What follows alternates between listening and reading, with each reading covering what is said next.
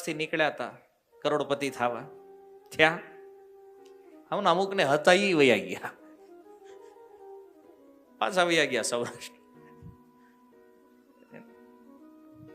પ્રારબ્ધ તગડું હોવું જરૂરી છે. એટલે આ વિષયને સમજો કે ઈચ્છાઓને પૂર્ણ કરવા માટે ન દોડો, ઈચ્છાઓનો ત્યાગ કરો. સુખ અંદરથી ઉત્પન્ન થશે.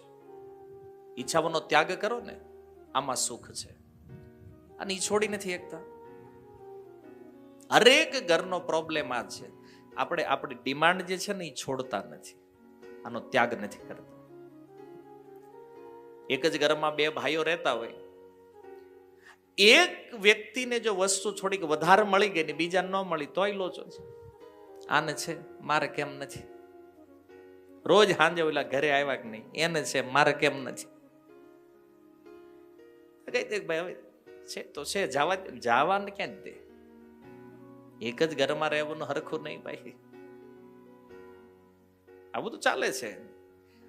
અલ્ટિમેટ હું તમને એ નથી કહેતો કે તમારા ઘરમાં શું ઝઘડાઓ થતા હશે, તમારા વ્યવહારમાં, તમારા સમાજમાં. મારે તમને એ સમજાવવું છે કે આ બધી જે સમસ્યાઓ છે ને એનું મૂળ ઈચ્છા છે. અને ઈચ્છામાં પણ મોહ, જે એટેચમેન્ટ થઈ ગયું છે એ વિષયો પ્રત્યે, અને એ જ્યારે મળે નહીં ને, આસક્તિ જે વિષયમાં થઈ ગઈ જ્યારે મળે નહીં, ત્યારે વ્યક્તિ બહુ દુઃખી થાય છે. કારણ કે આસક્તિથી કામ ઉત્પન્ન થાય. સંગાત સંગ જાયતે કામ. કોઈ વસ્તુમાં આસક્તિ, પછી એમાં કામના થઈ ગઈ, અને એ કામના પૂરી થઈ ગઈ તો ઠીક છે, અને એક ઈચ્છા પૂરી થઈ, જે મેં હમણાં તમને કીધું કે ભાઈ લોકો એમ કહે છે કે ઈચ્છા પૂરી કરી દો. માની લ્યો એક ઈચ્છા આપણી પૂરી થઈ પણ ગઈ, એની શું ગેરંટી છે કે બીજી નહીં ઉત્પન્ન થાય? ગુજરાતીમાં કહેવત છે ને, એક સાંધો ને 13 તૂટે. આપણને એમ થાય કે બસ એક વાર ઘરનું મકાન થઈ જાય સુખી, પછી ટેન્શન નહીં. હવે થઈ ગયા ને પછી ખબર પડે, લે મેન્ટેનન્સ હવે ચાલુ થયું છે. આપણને એમ હતું કારું આ થઈ ગયું તો હવે રડી જાય. કાં તો કોઈ વાટે બેઠો એક વાર દીકરાના લગ્ન થઈ જાય ને પછી આપણે બધું મૂકીને ભજન જ કરવું, જુનાગઢ વયું જવું. દીકરાને લગ્ન થાય ને પછી ખબર પડે, દીકરો કે બાપા હવે તમે અમારી ભેગા નહીં, લે જુનાગઢ જવું જા. હવે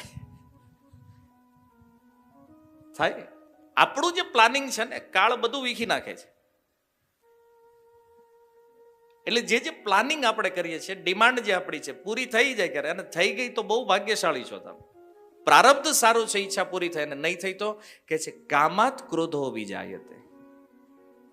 અને આ એક વસ્તુ તમે નોટ કરજો, જ્યારે જ્યારે તમારા જીવનમાં ક્રોધ આવે, વિચાર કરજો કે આ ક્રોધનું કારણ શું છે. કારણ છે આપણી અધૂરી ઈચ્છા. જે આપણે ચાહતા હતા એ થયું નહીં, અથવા એ ઈચ્છા પરિપૂર્ણ ન થઈ, એટલે ક્રોધ આવવાનું મૂળ કારણ આ છે. ને ભગવાન આગળના શ્લોકમાં કહે છે, ક્રોધાત ભવતી સમોહ. ક્રોધમાંથી પૂર્ણ મોહ ઉત્પન્ન થાય. અને આ ક્રોધમાં જ્યારે પૂર્ણ મોહ થાય, સમોહાત સ્મૃતિ વિભ્રમ. અને આ પૂર્ણ મોહથી સ્મરણ શક્તિ વિભ્રમ થઈ જાય, ભ્રમિત થઈ જાય. એટલે શું કરવું શું ન કરવું આનો વિવેક વ્યક્તિ ખોઈ બેસે. અને એટલે જો ક્રોધમાં છે ને, કામ હંમેશા ઉલટું જ થાય, ડિસિઝન ઉલટું જ આવે. તો સ્મૃતિનો નાશ તો નિશ્ચિત છે. સ્મૃતિ એટલે બુદ્ધિ, અને એ બુદ્ધિ એટલે કે વિવેક જ્યારે નષ્ટ થઈ જાય, સ્મૃતિ ભ્રંશાદ બુદ્ધિ નાશો, બુદ્ધિ નાશાત પ્રણશ્યતિ. અને જેની બુદ્ધિ જ નાશ થઈ ગઈ છે, આવા વ્યક્તિનો વિનાશ નિશ્ચિત છે. તો પછી એક પ્રશ્ન થાય, એ તો આ વસ્તુ તો ચાલતી જ રહેવાની છે, તો પછી આમાંથી નીકળવું કેમ, આમાંથી બચવું કેમ? તો આનો એક બહુ સુંદર ઉપાય શ્રીલ રૂપ ગોસ્વામી કહે છે કે એવું નથી કે તમને ક્રોધ ક્યારેય આવશે જ નહીં જીવનમાં. આ તો બધા શરીરના આવેગો છે, આવતા રહેશે. વાણીનો આવેગ, ક્યારેક ક્યારેક માણસ શું બોલી જાય ખબર નહીં, પછી એમ થાય સારું ન બોલ્યા હોત તો સારું હતું. મનનો આવેગ, મન કંટ્રોલમાં નથી. જીહવાનો આવેગ સુરતવાળાને તો ખતરનાક છે. બોલો આપણે કેટલા ફેમસ છે જીહવાના આવેગમાં. કાશીનું મરણ, સુરતનું જમણ, કહેવત થઈ ગઈ. કાશીમાં વ્યક્તિને એમ થાય કે હાલો કાશી વહી જાય, કેમ ન્યા મરશું તો મુક્તિ થાય. આવડાને એમ થાય કે સુરતમાં ખાઈ ખાઈને આપણી મુક્તિ થઈ જાય. રાતે ખાય દિવસે ખાય. જીહવાની લાલસા, જીભની જે લાલચ છે. ઉદર પેટના આવેગ અને જનેન્દ્રિયનો આવેગ. શ્રી રૂપ ગોસ્વામી કહે છે આવેગ રહેશે જ્યાં સુધી શરીર છે, પણ આનાથી બચવું હોય તો કે છે યો વિષહેત ધીર, આને સહન કરો. માની લો તમારી અંદર ક્રોધ આવી ગયો, ક્રોધ આવી જાય ને એટલે છાનમાનું બેહી જવાનું 15 મિનિટ, 15-20 મિનિટ, ક્રોધ વયો જાય. કારણ કે આવેગનો સમય છે ને મેક્સિમમ અડધી કલાકનો હોય, મેક્સિમમ. પછી નો આવી. અને જો એ ટાઈમ તમે પાર કરી ગયા ને તો તમે એના અવિવેકથી અથવા એના દ્વારા ઉત્પન્ન થવા વાળો જે વિનાશ છે આનાથી તમે બચી જશો. ખેલ 15-20 મિનિટનો જ છે. માની લો કોઈ વ્યક્તિ આ ટેરેસ ઉપર ચડી ગયો, નક્કી કર્યું કાંઈ પડી જવું છે, ભલે એને કીધું તું પડ એનો વાંધો નહીં, પણ અડધી કલાક પછી પડજે. કોઈક આવું ક્યારેક કરતું હોય તેને કહેવાનું અડધી કલાક ખમી જા. કેમ? મુહૂર્ત સારું નથી, અત્યારે પડીશ તો નરકમાં જાય, અડધી કલાક પછી પડીશ તો સ્વર્ગમાં જાય. હાલને ભાઈ જાવું છે તો અડધી કલાક પછી જાય. બેહી ગયો અડધી કલાક, એટલે ઓલું જે બુદ્ધિનો વિનાશ થઈ ગયો છે ને, વિવેક જે ખોઈ બેઠો છે ને, એ પાછો રિકવર થઈ જશે. અને એને જ લાગશે સારું આ ખોટું છે, એ હાથે હેઠો ઉતરી જાય. ઉપવાસની ટેકનિક કહું તમને, આ બધામાં આજ કામ લાગશે તમારે. માની લો કોઈ વ્યક્તિ ઉપવાસ કરે છે, તો એકાદશીમાં તો નિર્જળા ઉપવાસ જ છે. કોઈ નિર્જળાનું નામે એ અઘરું ઈ ન થાય આપણીથી. સવારથી નિર્જળા રે, બપોર પડે ને ત્યારે એમ થાય કે હું પાણી નહીં પીવું તો હું ઉગલી જઈશ. હે ને? હા, ઈ જયારે ભૂખ જે છે ને પીક લેવલ ઉપર વહી જાય ને ત્યારે એમ થાય કે હવે આપણે ગયા, જો મને પાણી નહીં મળે અડધી કલાક તો હું વયો જઈશ. પણ એ અડધી કલાક જાળવી જાવ ને પછી 2 દી પાણી ન માગો. તમે ટ્રાય કરી હોય તો ભીમ એકાદશી આવે છે નિર્જળા, એમાં ટ્રાય કરી જોજો. અથવા હરેક એકાદશી નિર્જળા, જે લોકો પ્રતિ એકાદશી નિર્જળા એને પૂછો તમને તકલીફ ન હોય એ કે કેમ? કારણ કે એ જ્યારે ફૂલ ટાઈમ તમને ફૂલ ભૂખ ને તરસ લાગે ને, અડધી કલાક છાનવાના બેહી જાવ, અને એ અડધી કલાક પાર થઈને પછી 2 દિવસ તમે ખાવાનું કે પાણી નહીં માગો. એ એક આવેગ છે, એ આવેગ શમી ગયો, વાર્તા પૂરી થઈ ગઈ. પણ મનુષ્યમાં એટલું ધૈર્ય નથી કે એ આવેગને સમય આપી શકે. અને આ જો શીખી ગયા તો તમે સમજી લો કે તમે તમારી ઉપર શાસન કરતા થઈ જશો. રૂપ ગોસ્વામી કહે છે જે પોતાની ઉપર શાસન કરી શકે એ આખી દુનિયા ઉપર શાસન કરી શકે. જેનો પોતાની ઉપર કંટ્રોલ નથી એ બીજાને કેવી રીતે કંટ્રોલ કરી શકે?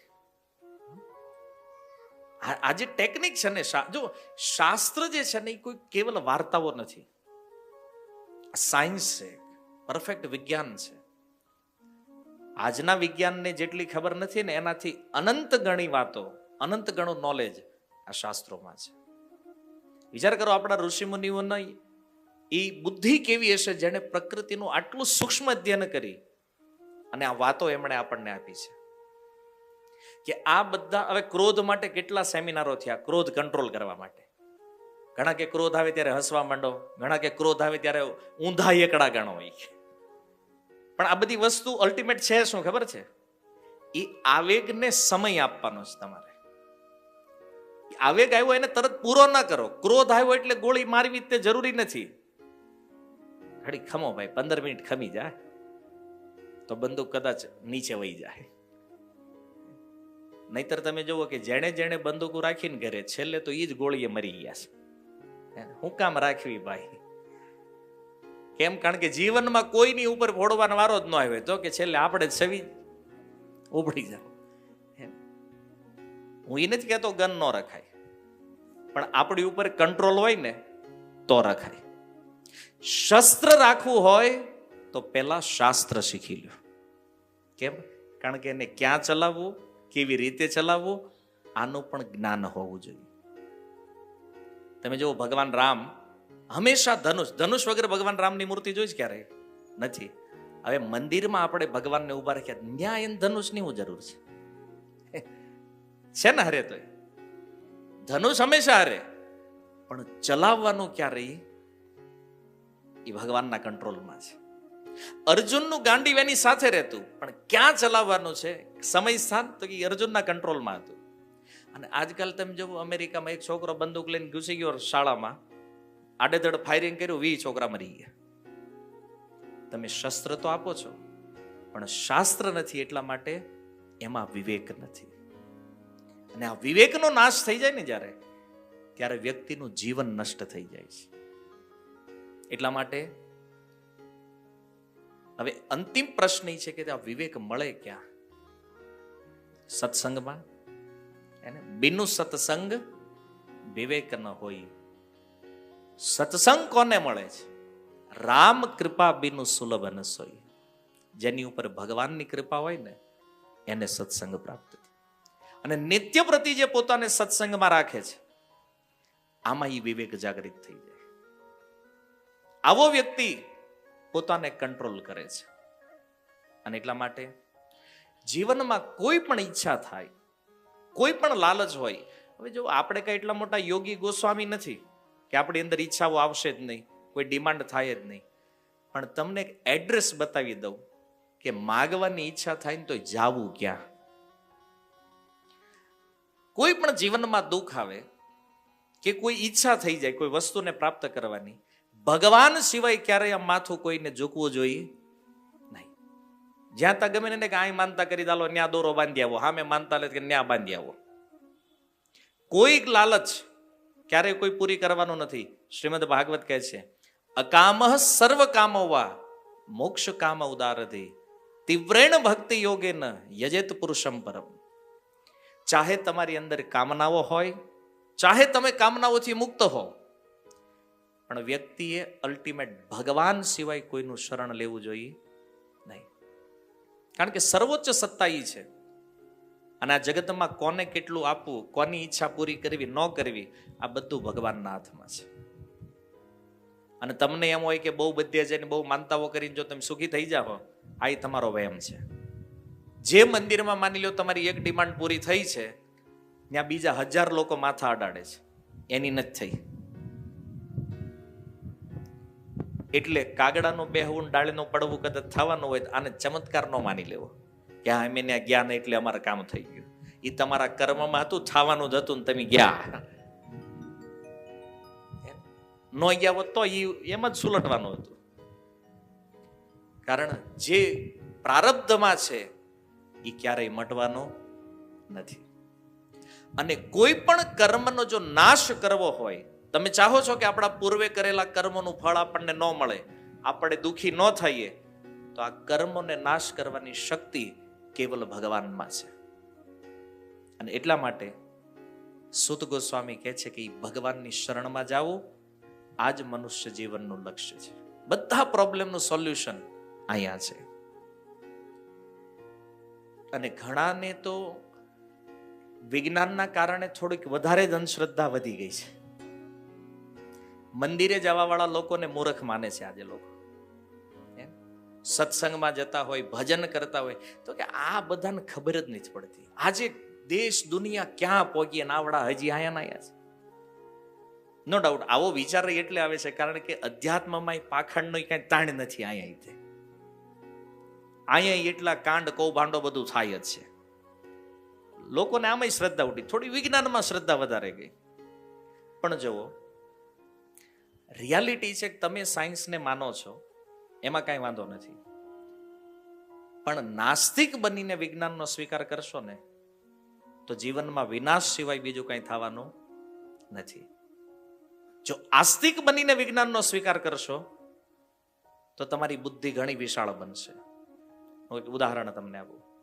માની લો અમે લોકો જ્યારે ભગવદ્ ગીતા વિતરણ કરવા નીકળીએ ને, તો ઘણા લોકો ફોન કરીને કે આ તમારા ભક્તો નીકળ્યા છે, આ હું તમે ભિખારીની જેમ ગીતા રોડે લઈને નીકળ્યા છો, આવા શબ્દો પ્રયોગ કરે છે. એટલે પહેલી વાત તો એ છે કે ભાઈ તે ગીતા વાંચી જ નથી.